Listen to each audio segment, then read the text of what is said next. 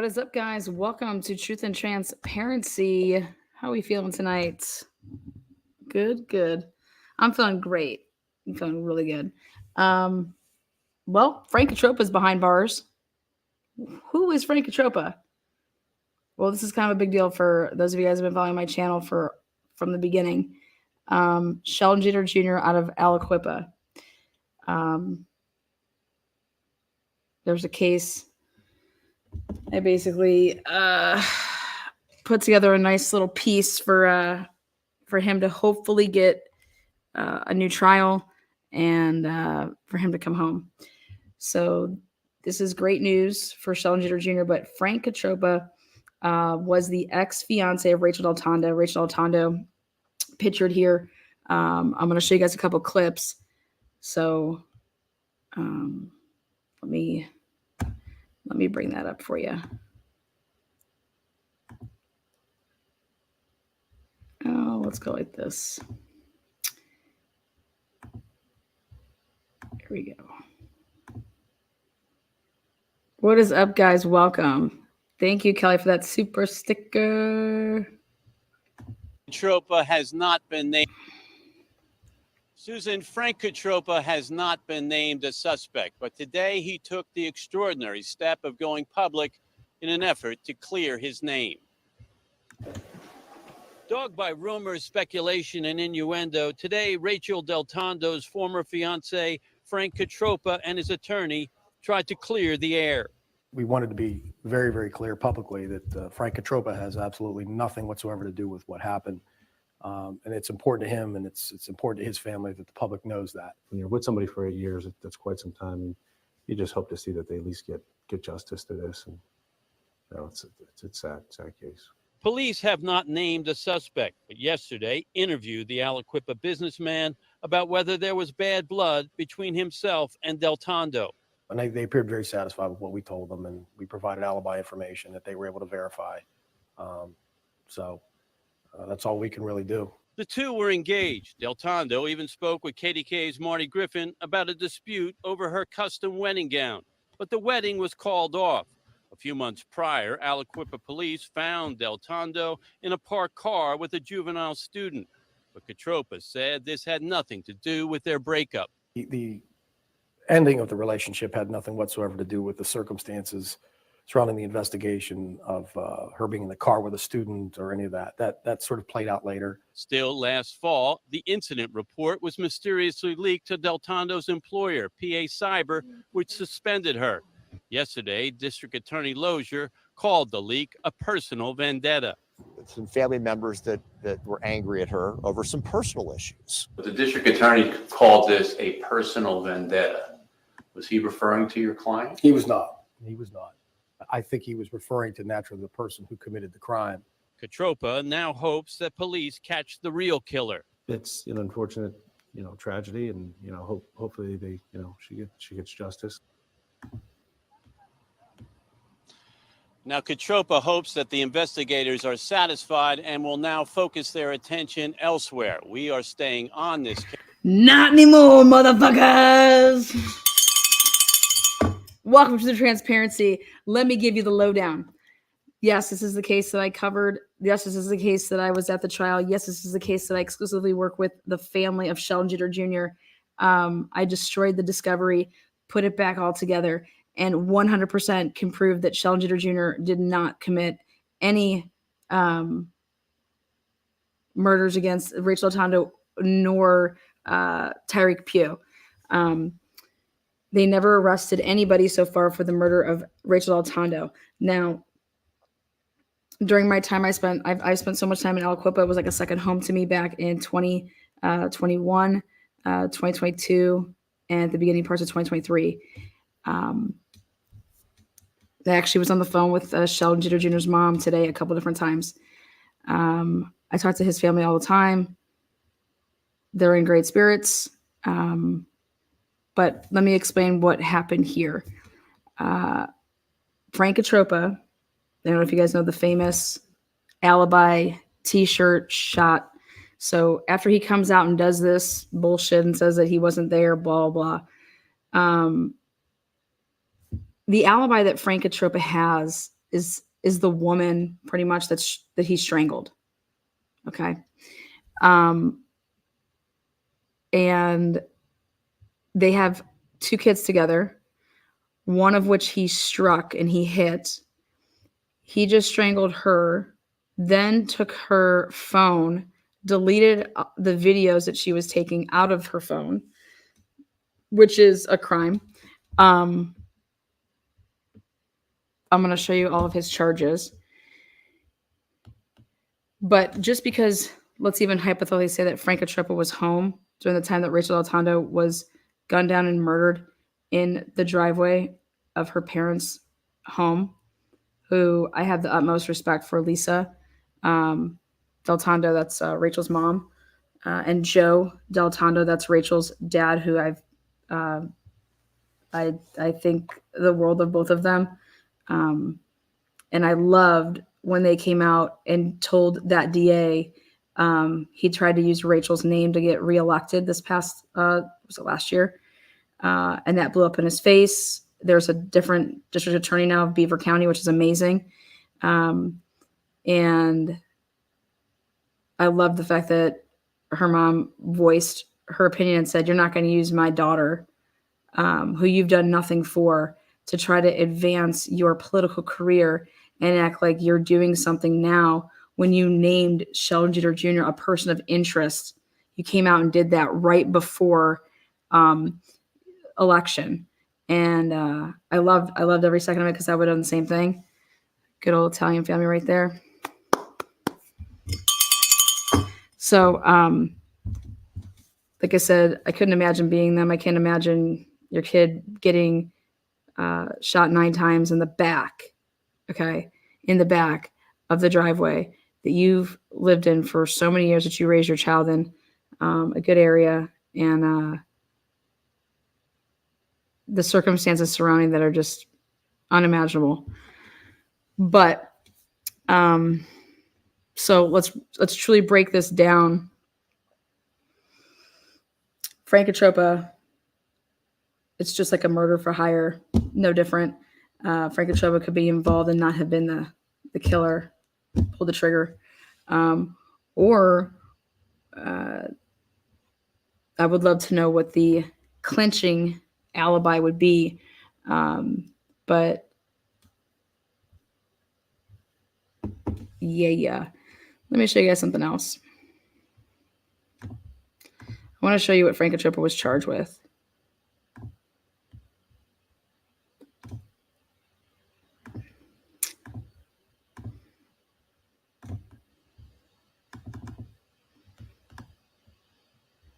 Frank Anthony Catroppa, boom.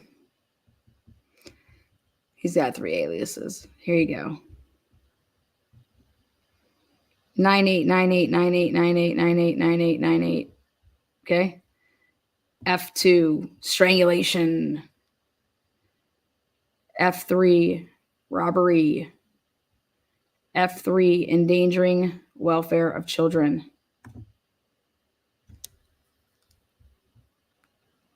And then there's 2 M1s and 2 M2s. M1s, tampering with recordings or records of identification, tampering with records or identification. Simple assault. Now, this is a very, very interesting arrest, because Frank is supposedly always protected by the police. Frank's father used to be a police officer.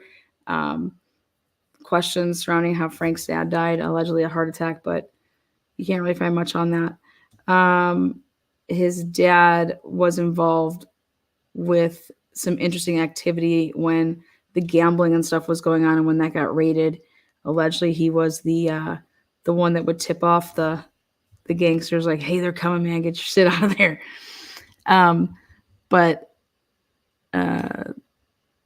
Yeah. So Frank here, he's had his hand in some interesting activity that a lot of people in that town, Aliquippa, like, it's like Frank's never going to get in trouble. They're always protecting him. They're not going to do anything, yada, yada, you know? And so this is impressive to see that he was arrested. He's charged, and I'm curious to see what comes of this. I mean, I want to know why attempted murder is not on here. Strangulation versus, I mean, if you're strangling somebody, that's attempted murder if you ask me. So I don't know. Maybe we'll see a charge change. But what, I was just strangling somebody for what purpose?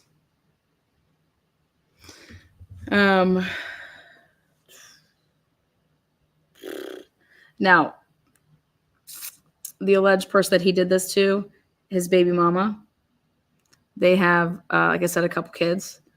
And Frank Katropa put this woman through hell, trying to lie to get full custody of these kids back in the day. And I think a lot of women find themselves in these situations where it's like you want to be able to have your kids all the time. And when somebody's just so powerful and they're going to claim you to be all these crazy things that you aren't, how are you supposed to combat that when they have all the money and you don't have any money? And then even if you have your money, he still has the power. He still knows the people. No lawyers will take my case because all the lawyers, they're on some either retainer with him or he's had contact with them. So it's a conflict of interest, things like that. So it's interesting to see where they're at right here, right now. And that this just happened because hopefully this seals up the deal that the victim here can get her children and get far away from this situation. Because let's see, the last two people he's been in a relationship with, one of them was murdered, and now this woman right here, strangled.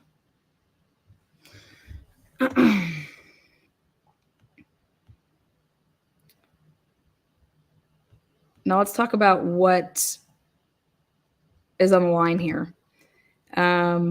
People out there want to say, everybody in Aliquippa knows that Sheldon Jeter Jr. didn't kill Rachael DelTondo. Okay. You ask anybody that's from that area, they know that Sheldon didn't do this. And you're either looking at the police or you're looking at Frank Katropa. But aren't the police and Frank Katropa one of the kind of the same? Yes and no. But what would be the reason? What's the motive to kill Rachael DelTondo? You know, what's the motive here? And I think it's truly unfortunate that Rachael became an alleged and a supposed confidential informant for the Beaver Countyan, because you get people that are paranoid, and Frank Katropa is the most paranoid person you're ever going to meet in your life. But when you get paranoid people thinking that somebody that knows about their business and is going to put it out there or who they're talking to, that gives you lots of reasons to want to shut that person up. So it is dangerous when you're going to be some supposed confidential informant and nobody knows about this, versus being public with it. And that way, if something did happen to you, oh, well, here, this is kind of why.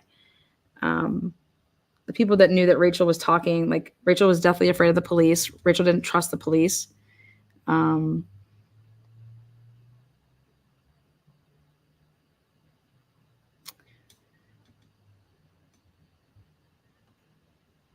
Rachael, obviously, her and Frank weren't cool.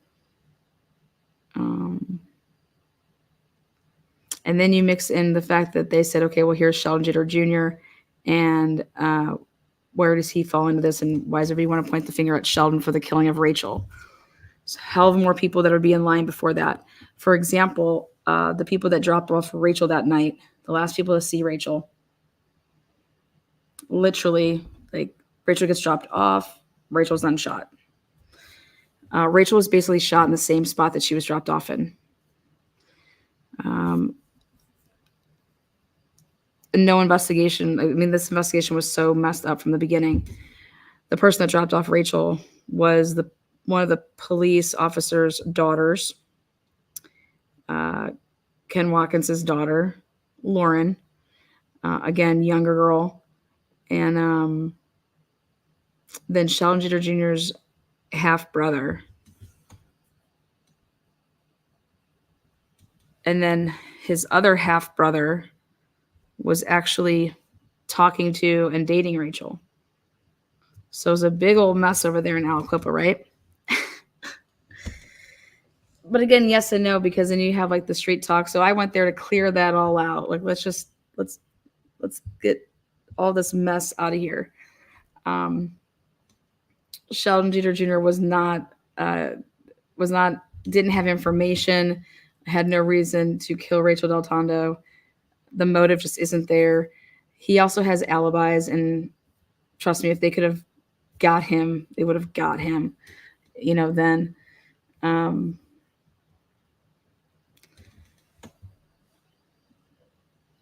The gun that shot Rachel has never surfaced. I think it's very interesting that if Sheldon supposedly killed Rachael DelTondo, he must have got stupid, like more stupid after that, because he's able to get away with the Rachel killing, and then literally 2 years goes by, and then he thinks, okay, I'm going to do this again, but this time I'm going to go buy a gun six weeks before I kill somebody, use that gun, and then sleep with the gun in my bed. So when the cops come to my house, because the person that I shot on their driver's license has my address, has my grandfather's address. So here I go. I'm going to be seen on multiple cameras with the victim, have him be in my car, drop him off. Right after I drop him off, I drive away and he gets shot. But supposedly it's me that I do that, and I'm just going to come home and sleep with the murder weapon underneath my bed. The fuck out of here. Nope. That's the dumbest shit I've ever heard in my life. If you think that Sheldon's a killer, he killed Rachel and that gun's never been found. He didn't even own a gun back then, so why would he go buy a gun 6 weeks before the murder of Tyreek Pugh, who's a friend of the family, and then sleep with the gun, leave, and go back home and put the gun underneath his mattress so the cops could just come on up in there and, when they're going to serve a search warrant and find bullets and gun and ups. I mean, come on, man. No, sorry. So Sheldon was framed for that killing so they could frame, they could complete the trifecta with, here, we're going to label him a killer. We're going to set him up for the Pugh killing. Then we're going to be able to go after him for the Rachael DelTondo murder. And then that's going to get that murder of Rachael DelTondo off the backs of truly who killed Rachel. Okay. You had the mayor texting Rachel to try to get a piece. You had a bunch of people loving on Rachel, wanting to mess with Rachel. Really pretty girl, but just really down to earth girl, and knew everybody in that town, and everybody loved her. She loved them. Nobody's ever taken the time to really think why Rachel and Sheldon would have ever been in a car talking. If you know anything about that area, there would be numerous reasons why that would happen.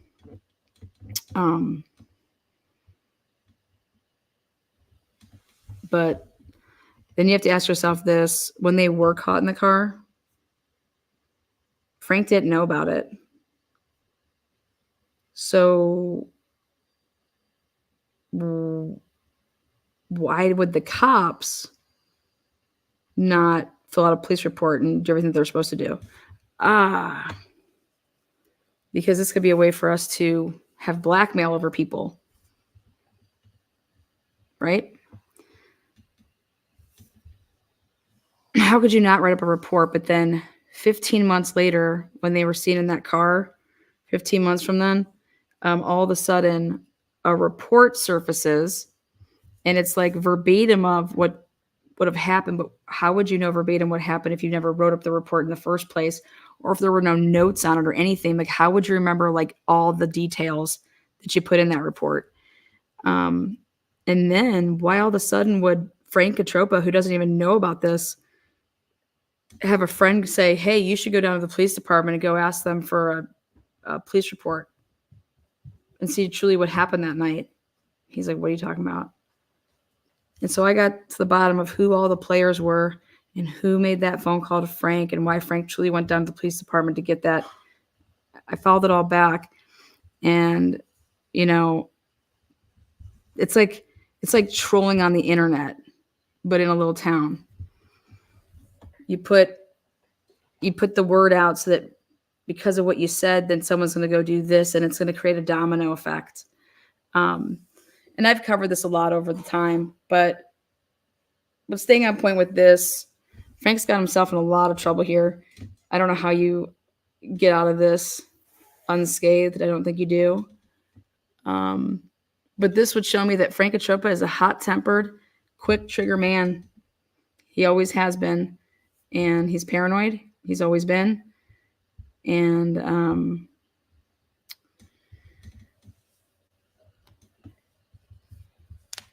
in that town, all of these killings or all the things that go on in that town, they're all connected.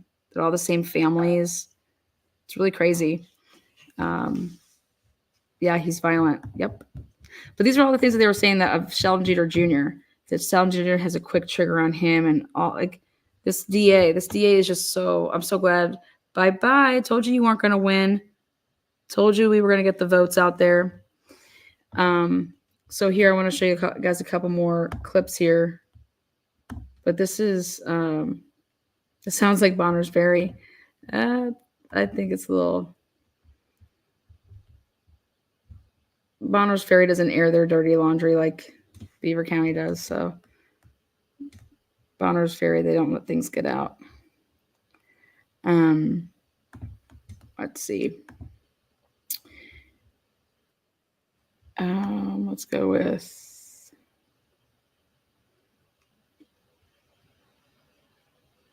All right, here, this is.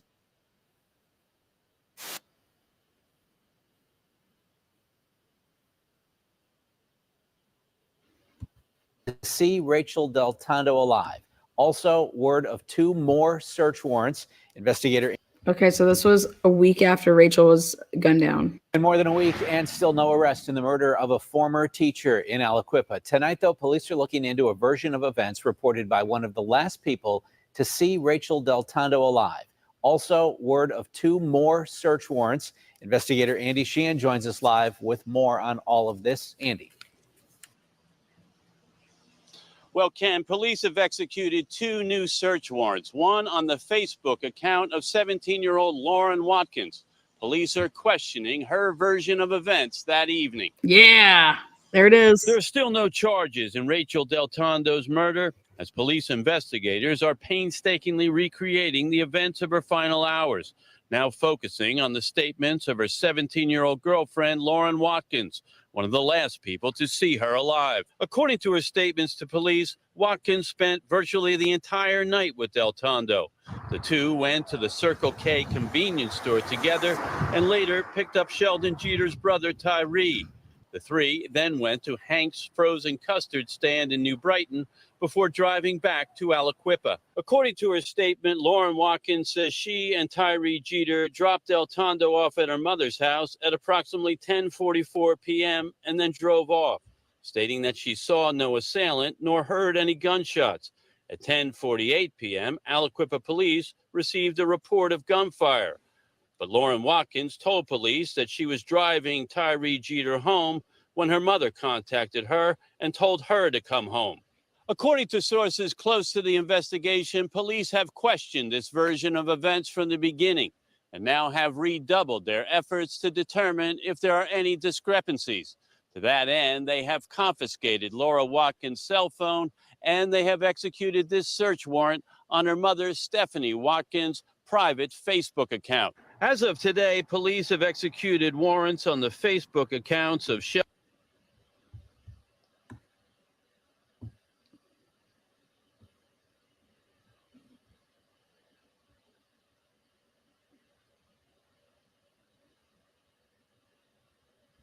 Hey, Murky, write down 2018 0414.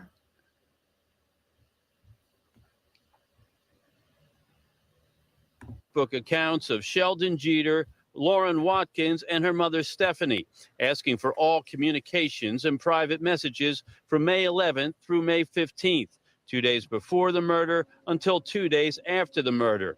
Police have also sent Laura Watkins' cell phone and the cell phones of Sheldon and Tyree Jeter to a private lab in Harrisburg for analysis. While there's no indication that she is a You suspect, guys want to hear something police crazy? continue to question the actions of Lauren Watkins. Okay, so I'm at the trial for the for Tyreek Pugh, and these PSP officers and the they get on the stand and they're like, we can't get into the cell phone. Oh, I'll rewind it then. We can't get into his cell phone. It's like locked. We can't get in it. Did y'all make any effort? Like, what are you talking about? You can't get in it. What are you like legit? They were unable to get into Tyreek Pugh's cell phone. This is what they claim. I think he had 2 cell phones though. It'll be interesting what ends up happening. Watkins. Now, Lauren Watkins is the daughter of Aliquippa Police Sergeant Kenneth Watkins, who is on administrative leave pending the outcome of this investigation. Now, right now, Beaver County District Attorney David Lozier is at a meeting with Aliquippa Police concerning this case. Part of the thing that they're leaving out there with that timeline is that when Lauren dropped off Rachael, she's like, all right, I'll drop you off and then I'll drop off Ty. And then I'll come back over. And so like, I don't know, just like go for a walk or something. She told her to go for a walk in this text message. Like, I don't know, just like go for a walk or something. Now, anybody who knows anything about just logistics, why wouldn't you guys just take Ty home first? And then you and Rachael just go back to Rachel's house. Okay. Especially when she said that she's like, I didn't want Ty to hang.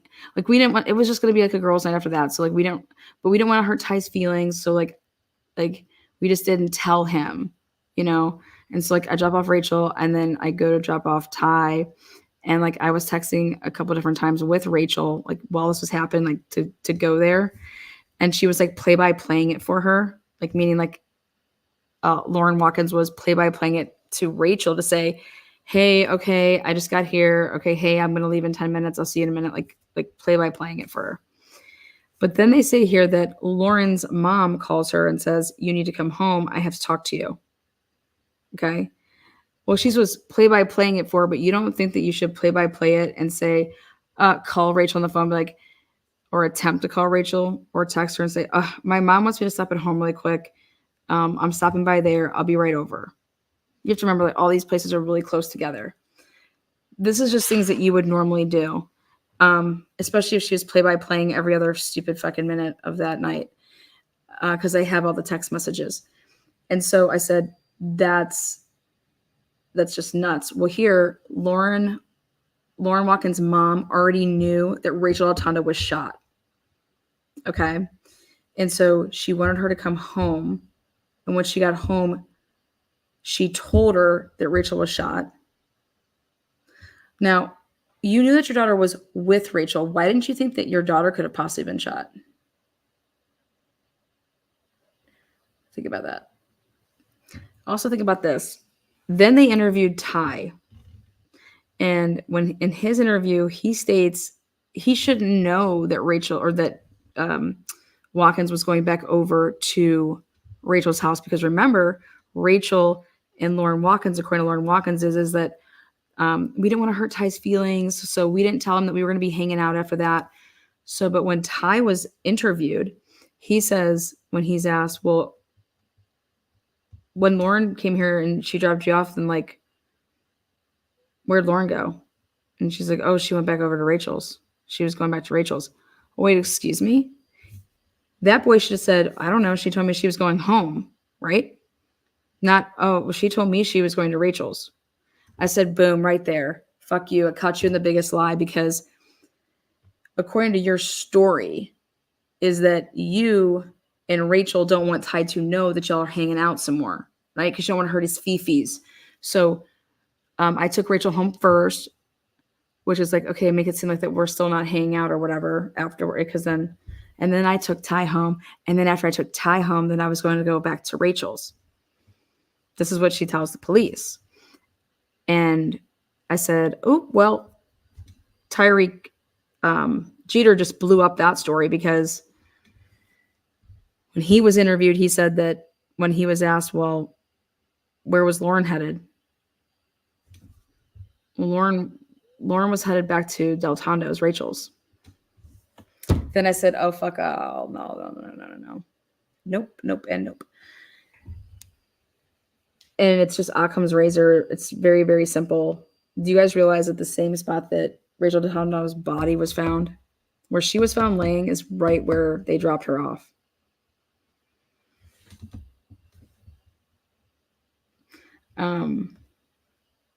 Crazy, huh? What are the odds that you tell your friend to go for a walk and your friend is literally shot 9 times in the back?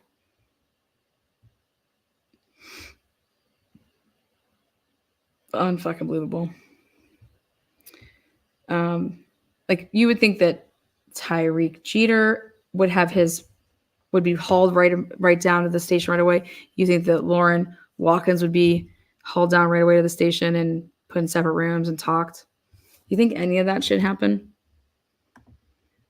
No. And in fact, Lauren, when she found out, when she got home, that this took place, that Rachel was shot, she is like, what? No. And then she said she called Rachel a couple of times, that she got in her car and she left and went to the crime scene.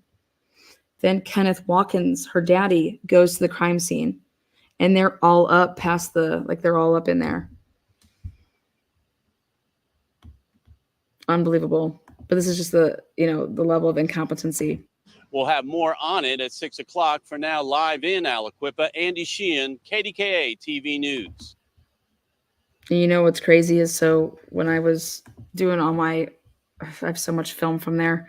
When I was doing all my filming, I wanted to see how, because Rachel's parents, May 15th. they heard the shots. A lot of people there heard the shots. Hello, the call went out. So like very quickly. But the way that the driveway was at Rachael DelTondo's house, let me see if I can find a good, maybe it's on here at the beginning when they show. Okay, here, right here. See back behind where Andy Sheehan's, like, there's 2 vehicles there underneath, like it looks like a carport, but that's Rachel's driveway right there. Okay. So do you see how many vehicles are in that driveway? Now there's a light post that kind of lights up this area. Like, it's really strange that that this would happen right here. But looking from the window at the front, these vehicles that were here was blocking where Rachel's body was laying on the pavement here next to where that Camry is. And so you couldn't see. So if you were to look out that window, you couldn't see Rachel's body from the window because of where it was. You see the vehicles. It wasn't like it was right here in the street or anything like that. It was being blocked. Okay. So her family hears these shots and then looks out and doesn't see anything because there's nothing to see. Rachel's behind the vehicles. Okay. So, but right there at the end of that driveway, you can see, that's right where it was. And that's right where she got out of the car. Mom didn't hear. Yeah. People heard it. And the person that ended up calling 911 was across the street. Okay. And he happened to be working in his garage, and you hear the gunshots, and then he just happened to be, walking towards that way and saw. And now I think it's crazy because there are people over there that have Ring cameras. You're going to sit here and tell me that nothing came from these Ring cameras? Also, right kind of where that white car is on the street, right past that is the main street. So if you go left, you're literally just right There's like a Wendy's over there. I mean, it's you'd be able to like do some surveillance, okay? To like do what I was doing in like Idaho. People can say that they think that the killer was on foot. I don't. Also, the person that lives at the end of the street, the other way, is Frank Catroppa's mom. Yeah. Questioned this version of events from the beginning and now have redoubled their efforts to determine if there are any discrepancies. To that end, they have confiscated Laura Watkins' cell phone and they have executed this search warrant on her mother, Stephanie Watkins' private Facebook account. As of today, police have executed warrants. All right, let me take a look at this now. I want to show you guys something else. There's another good one.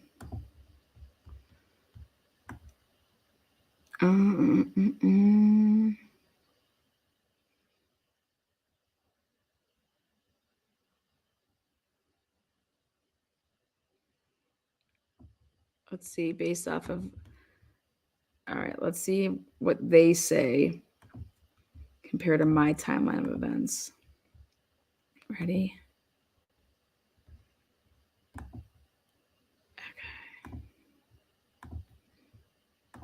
Rachael DelTondo first came to the attention of the Aliquippa police in February 2016 when police found her and a then 17-year-old boy parked on the grounds of the old Aliquippa hospital.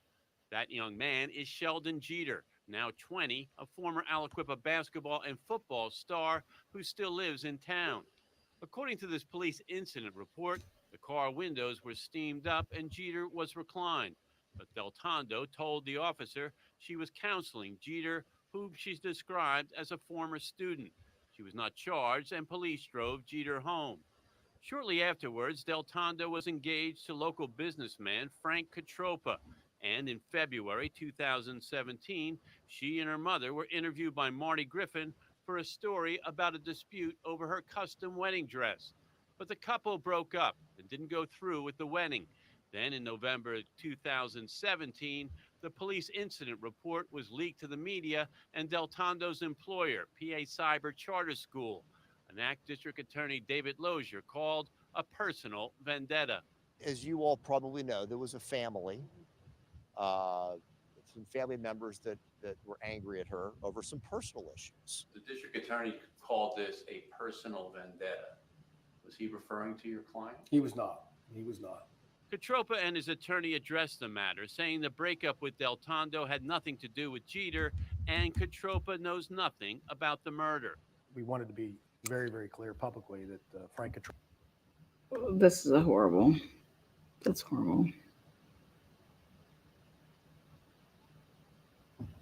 Oh yeah, that's a good one. It was definitely an ambush, and like I said, there's a lot of rumors, but it's all going to come out. A local school teacher. Okay, so listen, I deep dived this motherfucker. He's the ex police. Is it sheriff? It was definitely an ambush, and like I said, there's a lot of rumors, but it's all going to come out.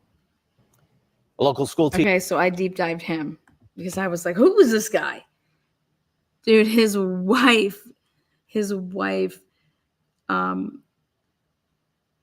poof, just committed suicide. And I was like, no way. I was like, I don't believe that this woman committed suicide. I don't think that she did. I'm telling you guys, she didn't.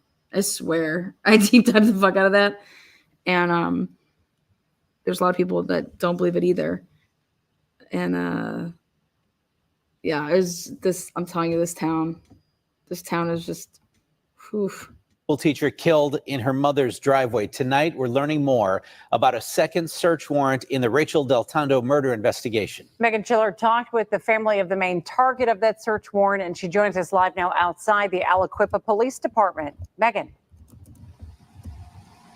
The family of 20-year-old Sheldon Jeter says that they believe that the truth will eventually come out and that they are looking forward to having the chance to talk with media. But investigators seem focused on Jeter, even going into the home where he lives and leaving with several items.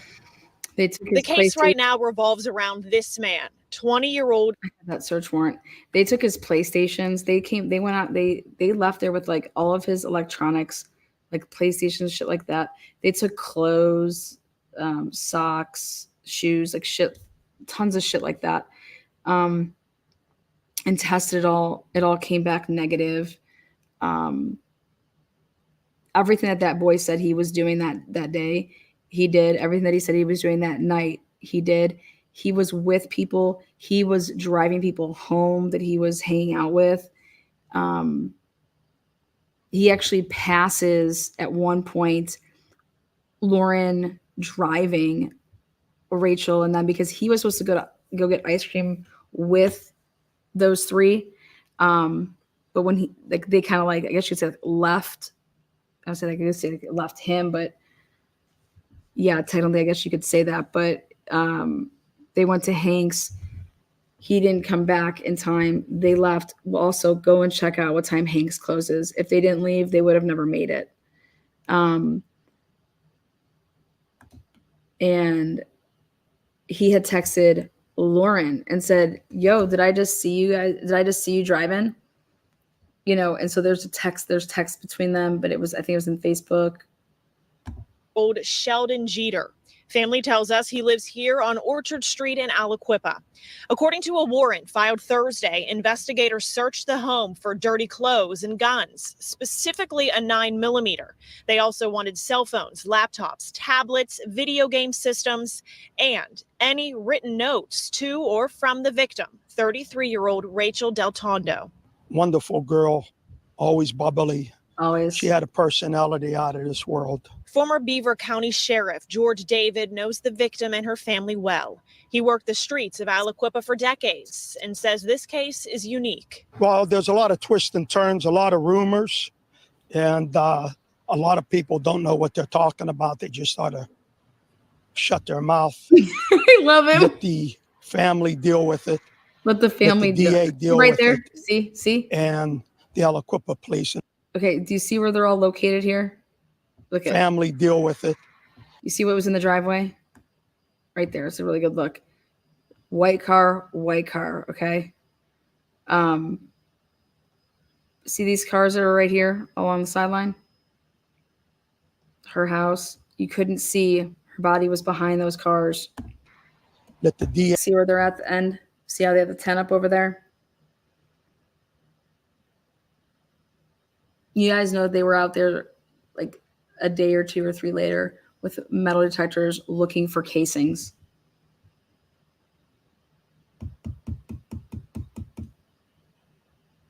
DA deal with it.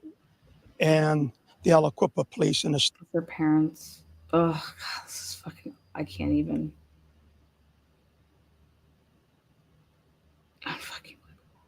state police deal with it. The most recent piece of information is an interview between police and this man, Rashawn Now I'm really interested in him. Bolton, the older brother of Sheldon. According to the warrant, Rashawn told police he was in a serious relationship with the victim since December 2017.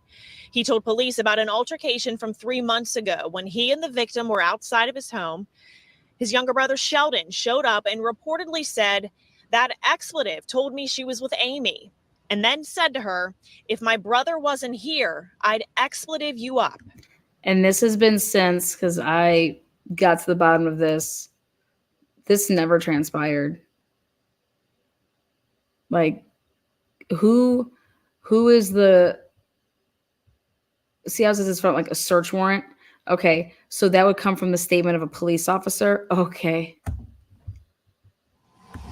Because the brother didn't even say that. You think that brother is talking to the police? You think the brother is talking to the police and saying a damn thing to those police officers? No, he didn't. He did not. He didn't. And Rashawn also told police that he asked his younger brother Sheldon if he was in a relationship with DelTondo. He said that Sheldon said, quote, "Why are you calling me, man? You never call me. You're weird as expletive."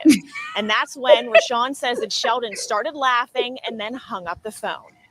We are live tonight outside. Yeah. Why are you calling me, man? You never call me. Why are you calling me? Think about it. Think about what he's basically saying. Why are you asking me this? Who are you trying to get information for? You trying to give information to Frank Catroppa, to the police? Why are you calling me, man? You never call me. And you're going to call me up and you're going to ask me if I'm, dating Rachel? Come on. I'm sorry, you guys, but like,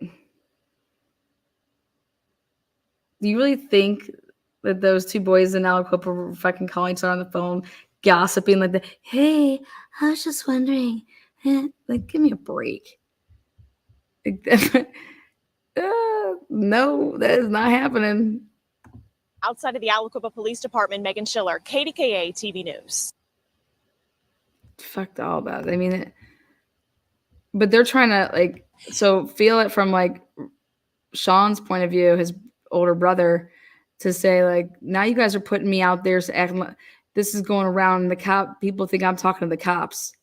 You think he wants that out there? You think he wants to be that he's talking to the police officer?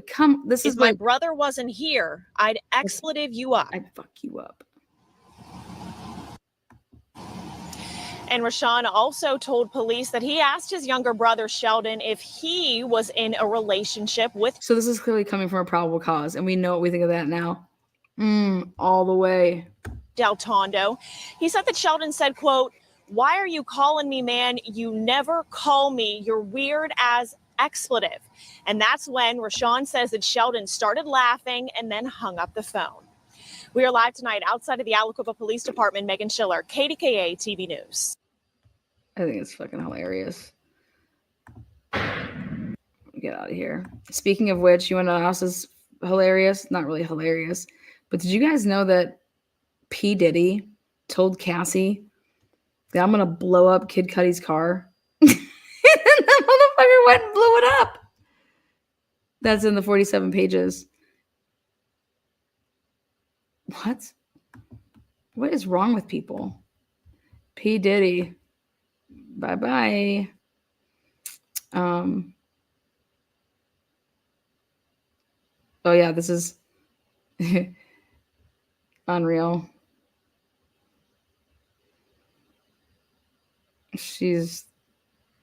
How much is this when so whoever here we go.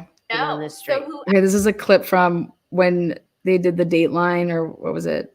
I don't know, 48 hours.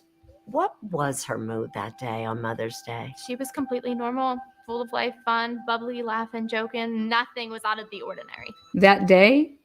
Because I thought that she was in Cleveland, Lauren. What time did she get home, honey? She was in Cleveland that weekend. The reason she came home was because it's Mother's Day and she wanted to see her mom. She wasn't even supposed to come home. Okay? So what time did she really get home? She wasn't there all day, Lauren. I've heard that Rachel always insisted that anybody who drops her off waits to see her go in. Was that true? It was. But you never actually saw her go in. Is that correct? Correct. What did you exactly see? Just her get to the door and go for the screen. Then what did you do? I drove off, went to take Tyree home. You didn't see anybody walking on the street? So whoever did it had to have got there or been there already waiting for her. But if somebody was there already, they had to know she was on her way home. And what does that say to you? It raises questions. It doesn't make sense. I don't understand how they would find out. I don't understand why someone would tell them. I don't get any of it. Tell me what happens after that. If you don't think that this girl knows more, you guys are crazy. Already waiting for her. But if somebody was there already, they had to know she was on her way home. And what does that say to you? It raises questions. It doesn't make sense. I don't understand. Why would Rachel walk up to the door and and be at the screen and not make it inside then. But yeah, but listen, why wouldn't she be found killed right by her door? Right there. This is such fucking bullshit. How they would find out, I don't understand why someone would tell them. I don't get any of it. Tell me what happens after that. So I drop him off. It had to be somewhere in the area of like 10:55, somewhere in there. Because you then send a text to Rachel at 10:56. Does that sound right? Right. And you send a text that says, be there soon. Right. Does she respond? She does not. As I was in the middle of calling her, I had got a call from my mom, and she was like, hey, like, can you get home? I'm like, oh yeah, sure, that's fine. So What was your mom's tone? she was anxious. You could tell that something was wrong. So in my mind, I'm kind of just like zoned in on getting home and just figuring out what's going on. What did you hear when you got home? My parents had went to me and they're like, Rachel had been shot. And at that point, I just completely lost all train of thought. And my first instinct was go find her. Go see if this is true. What did you see when you got there? It's a blur. There was lights flashing everywhere. There was people standing, people watching. And then as, I got a little bit closer to where the tape was, I had saw her laying on the ground, and I'm like, oh, this is like actually serious. And I still, I can still see it in my mind, and it bothers me to this day. I would love to know if Rachel was able to be seen on the ground like she is describing, or is she describing seeing Rachel on the ground prior?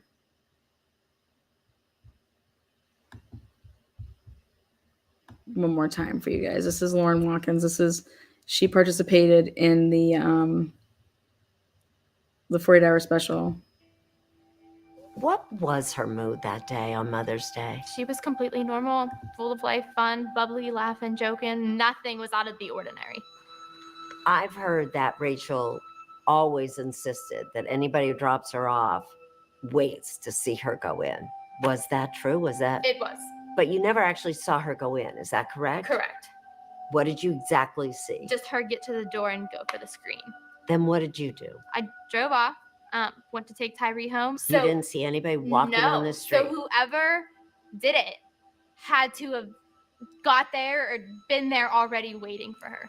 But if somebody was there already, they had to know she was on her way home. And what does that say to you? It raises questions.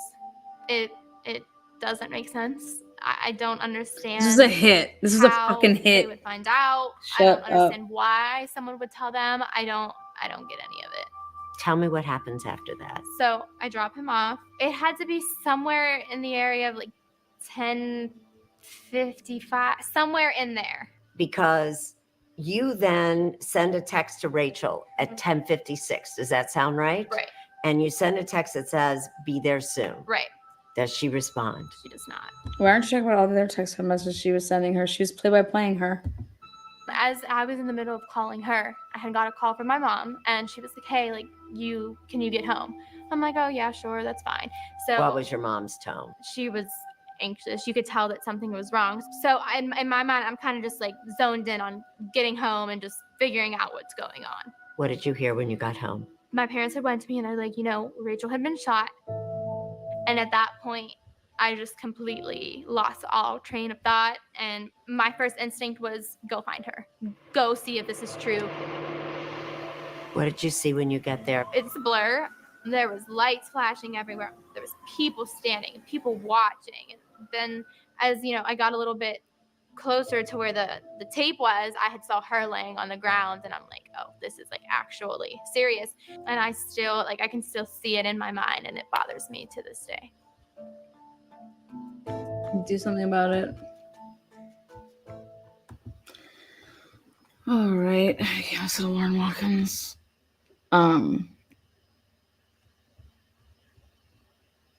Yeah. It's hard to watch some of these. But Frank Catroppa going down. Down.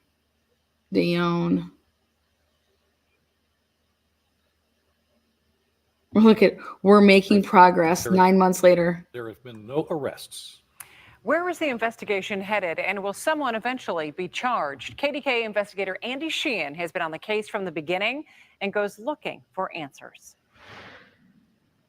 The murder of a beautiful young woman in the driveway of her mother's home launched a national obsession over just who did it. Because although Aliquippa is not a large city, there is no shortage of people with motive. I think there were several suspects, several people of interest that had ill will towards her. When suspicion fell on her former fiancé, Frank Katropa, he took the unusual step of publicly denying any involvement. When you're with somebody for 8 years, that's quite some time. And you just hope to see that they at least get justice to this. And it's a sad case. Others pointed to city officials and the police themselves. Any comment, Detective? As Aliquippa became the focus of a still ongoing state grand jury investigating corruption.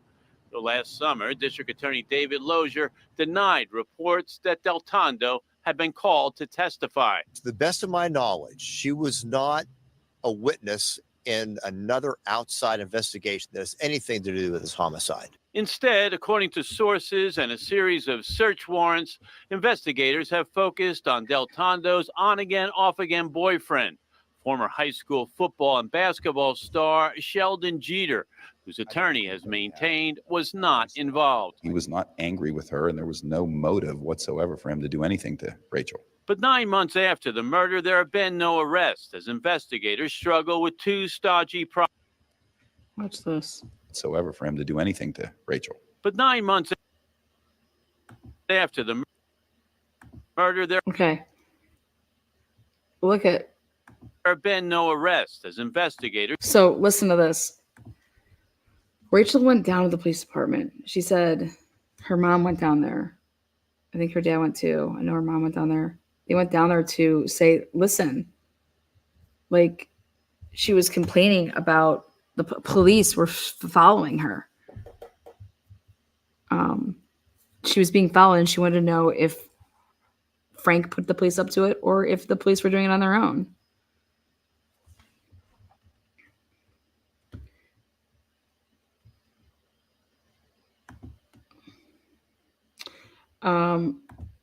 Lauren was like friends of the family because of who Rachel's godson.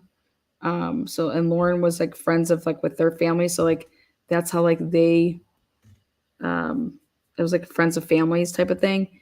And Lauren had already graduated high school. So it was like so think about like, if you would have been hanging out with,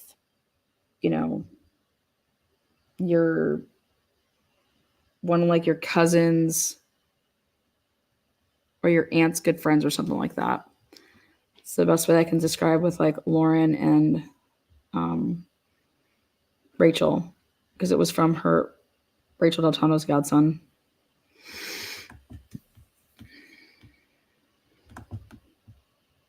Investigators struggle with two stodgy problems: no eyewitness and no murder weapon, meaning they need to build a circumstantial case. We know that detectives have subpoenaed Jeter's phone, taken a swab of his DNA, confiscated some of his clothing, and sent swatches of carpet from his car to a crime lab. They've also tried to track his movements that night from dozens of surveillance cameras around town. And while declining a camera interview and declining to discuss any potential suspects, District Attorney Lozier told me this month, quote, "We're making progress. We're getting forensic results back. We have a few more pieces of the puzzle we're waiting on, but we are making progress."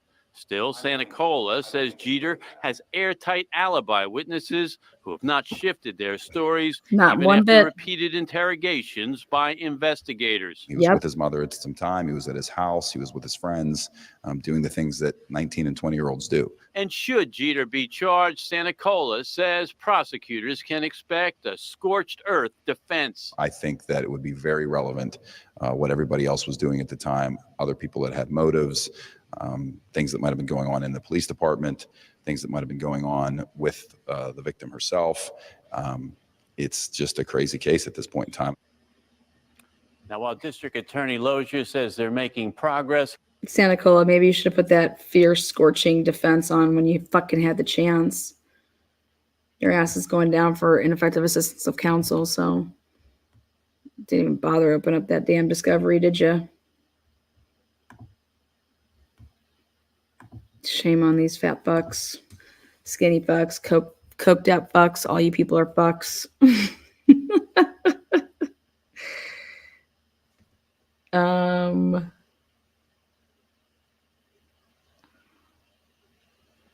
Let's see. Last one.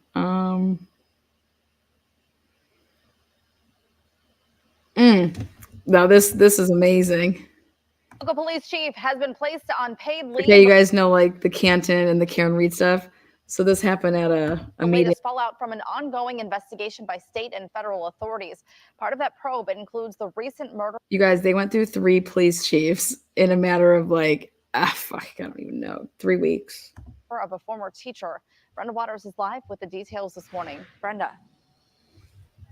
Good morning, Heather. Just another element added to this case. Now, that teacher was shot and killed in her family's driveway last month. It was Mother's Day weekend, and that investigation It was certainly has Mother's taken a lot Day. of twists and turns. And now the police chief here in Aliquippa has been put on paid administrative leave. Now, take a look at this video from last night at the council meeting. You can see the police chief here, Chief Don Couch, being escorted out of council chambers, and we're told that his gun and badge will also take him. Now, this reportedly is all related to the long-term investigation into the police department by the state attorney general's office, state police, and federal authorities. Now, part of that stems from the murder of 33-year-old Rachael DelTondo.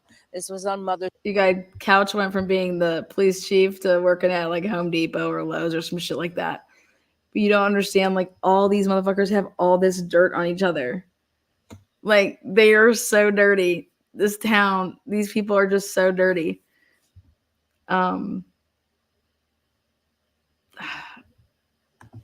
Day weekend, as I said. But the probe into the department began last November after a police report was leaked to the media, which was centered around finding DelTondo and an underage male in a parked car together. Now, So yeah, when that leaked report went out, within 6 months of that, she's ambushed and killed. Way to go, media. Just because you got this shit doesn't mean you had to put the shit out there. Now, there are a lot of moving parts in this case, as you can see, and the chief is on leave is just one more component to this. Word is that the chief will be out on paid leave until further notice. Reporting live this morning at the Aliquippa police station, Brenda Waters, KDKA TV News. Okay, so after him, okay, then let's show you that, like, it would be, what's his name? Joe,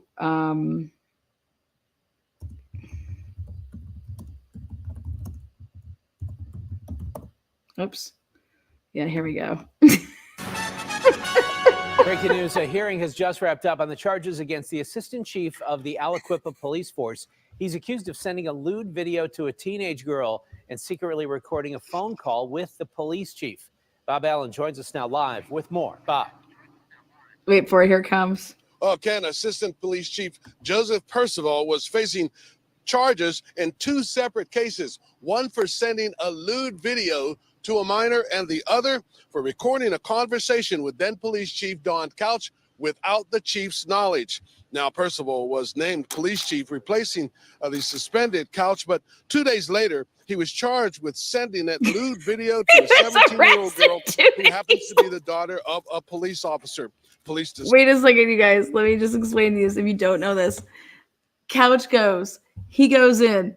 2 days later, he gets arrested for sending none other than Lauren Watkins a picture of 2 girls swinging on a swing with no clothes on, pissing. Okay? It was in a group text. Discovered the video while investigating the death of Rachael DelTondo because the juvenile involved is a key figure in that investigation. Now, attorneys. They found it because of her phone in the investigation. They're like, what is this? and it was a meme. It was a meme of like two like pissing off of like a swing, Stephen Carl something like Townsend that. says Percival was held over for trial, but the most serious charges were dropped. The spirit of the statute is not what went on here. It was an accident. It was just like his family member, just like his daughter. There was never any criminal intention to disseminate a message that would tend to corrupt the morals of her. Now, It was as for bullshit. the illegal wiretapping, Attorney Townsend says the chief was inconsistent and it was a public place, but Percival was held over for trial nevertheless, and we will have more information on both of those counts and both of those cases against Percival coming up in the 6 o'clock news. Reporting live in Beaver, Bob Allen, KDKA TV News. I was just like, wait, what is going on in this town? So then Aliquippa Assistant Police Chief charged with sending sexually explicit material to minor. Aliquippa names new acting police chief. Then, like I said, 2 days later, whoosh, here. There's another shocking twist tonight involving the Aliquippa Police Department and its investigation of a former teacher's murder. The department's assistant chief has now been arrested. He's accused of sending a lewd video to a teenager. That teenager also happens to be one of the last people to see Rachael DelTondo alive. Investigator Andy Sheehan's been covering the story for us for weeks. You can't make this He's live shit up. now with the latest. Andy. Well, Ken, for the second time in as many days, Aliquippa has. Joe Percival is also the same person that let Ken Watkins know that Rachael DelTondo was fucking gunned down. And Joe Percival was not working that night. How did Joe Percival find out? Ken Watkins was supposed to be working until 11 p.m. that night. Ken Watkins was at his house well before 11 p.m. that night. What you want to know, guys? I would say everything about this case. Has lost a police chief, throwing the department and the DelTondo murder investigation into disarray. Disarray. You recall Forget- that on Wednesday Oh. night, Aliquippa City Council voted to remove. See this? Okay. This is crazy. Right back here in the blue shirt, this is the guy. His name is Matt, Fat Matt. Okay. Well, Matt caused all of this to happen. Matt said, I'm going to get couch suspended. Sure as shit, he gets couch suspended. Why? Fuck, I don't know. They all have personal beef with each other in the middle of a fucking, a homicide investigation. This shit's going on. Personal vendettas are being handled. His girlfriend used to be Rachael DelTondo's best friend. She's the one that broke it out at a party and said, well, why don't you ask Rachel what she was doing the night of blah, blah, blah. Like, she's the one that caused all that. Her and Matt, they were like fiancés or boyfriend, girlfriend. Now they're married. In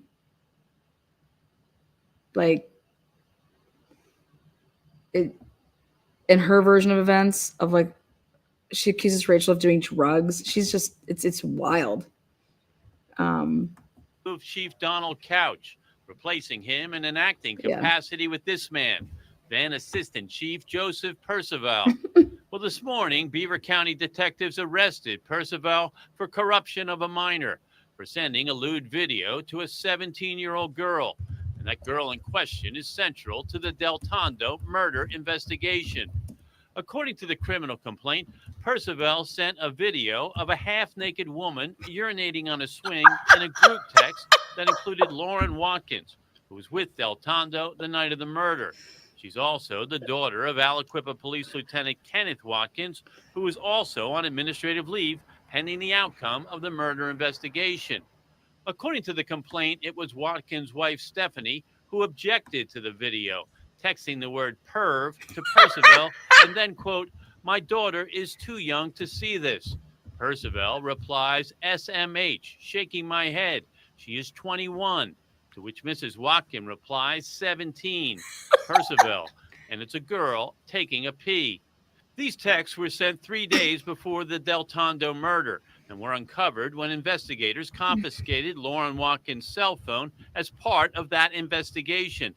Investigators are trying to reconstruct DelTondo's final hours and have confiscated the phones of several others. Now, yet another Aliquippa police official has become entangled in connection with the murder probe, endangering the investigation and questioning whether Aliquippa police should be replaced by an outside agency. Now, there have been calls for an outside agency like the Pennsylvania State Police to take over this investigation. They so declined far, it. District Attorney David Lozier says the Aliquippa Police Department has his confidence. No, PSP wouldn't take it. Nobody would take it because they fucked it up so bad. Okay, that's the truth. The night of the murder, the whole investigation's fucked. If this ever goes to trial, so many people's dirty laundry is coming out, and I'm gonna love it, you guys, because the text messages and what people were saying to each other. Holy shit! If this stuff comes out, that's why it can't come to trial. That's why arresting anybody, this discovery cannot see the light of day. All right, cannot see the light of day. Yeah, I mean, Frank Katropa finally arrested. A fear of many. He strangled his girlfriend. He was charged with strangulation, robbery, and attempting to, delete records and identification. And he has 2 M1s, 2 M2s, and 3 felony F3s. So, very curious to see what transpires. Does Frank Katropa go to? Megan was video recording, or the person that was the victim was recording all of the stuff that was happening. Oh, and Frank hit one of their kids. He struck one of the kids. And so, I got some videos of Frank that I've never put out. Pictures and stuff like that. I got Frank passed out with his ass hanging out. I got Frank the Tank going down. I got Frank trying to bang his nanny.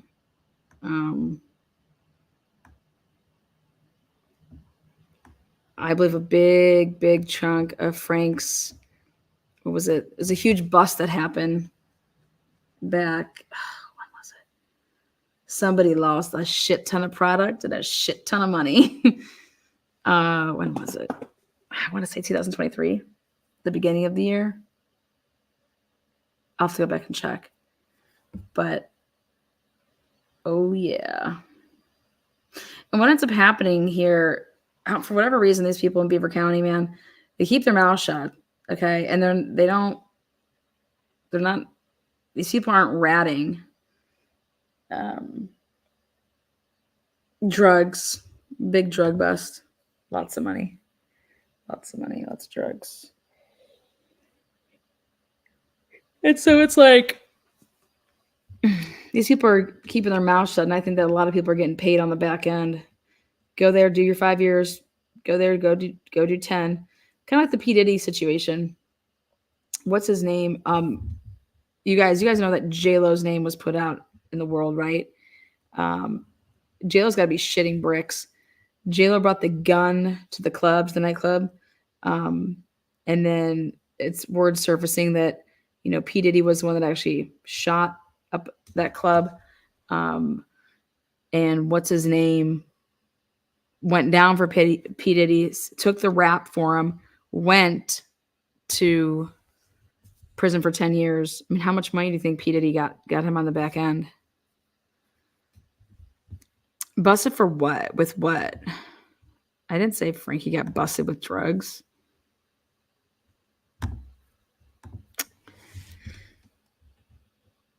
Frankie doesn't need to get busted with drugs. His people. True story. One of my sources was driving in a car. Yeah, that's who it was. One of my sources was driving in the car with Frank Katropa. He's like, hey, we got to go pick up some money before we go do whatever. and they go to in Aliquippa area. They go to an abandoned truck, like an old school truck. And in this abandoned old school truck, like nothing's around me, and just like a rundown fucking shit piece of shit. There is a fucking suitcase with $1 million in it.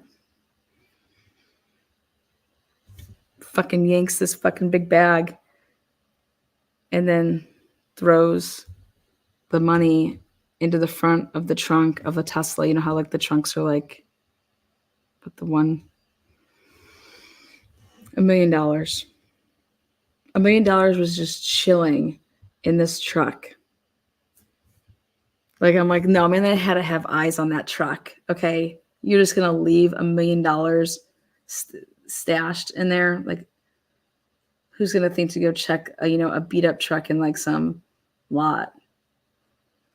And it was like all the way like stuff like, yeah, yanking out this bag of $1 million.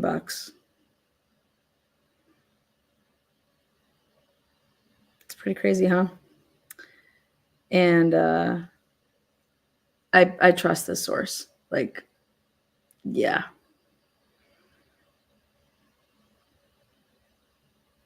They got some good intel over there in Beaver. So yeah, it'll be interesting. It'll be interesting what they're going to be able to with this case. I want to know what search warrants were served. Did they, did they go through his phone? Was he like texting somebody saying, I'm about to beat this bitch up, blah, blah, blah. Or, I'm curious. I'm curious to see if he gets other charges, because strangulation, why isn't he being charged with attempted murder? Why isn't he being charged with attempted murder? I don't get that.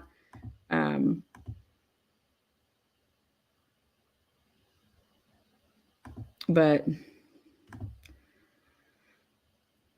it's Pennsylvania, PSP, man. That's why. Let's see.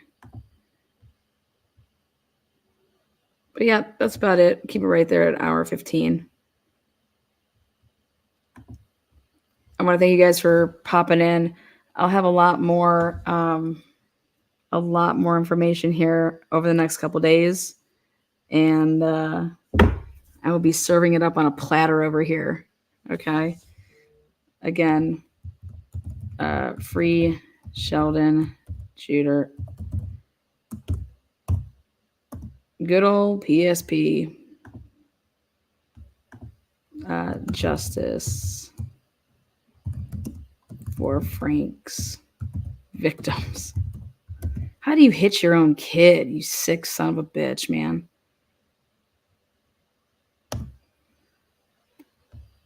There you guys go. Again, on your way out, thumbs it up, share the video. Let me know what you guys think in the comment section. Email me if you have any information. If you're out there and you're in the area and you want to be anonymous, hit me up. I always keep my word on that, and that's it. So I appreciate you guys. See you on the flip side.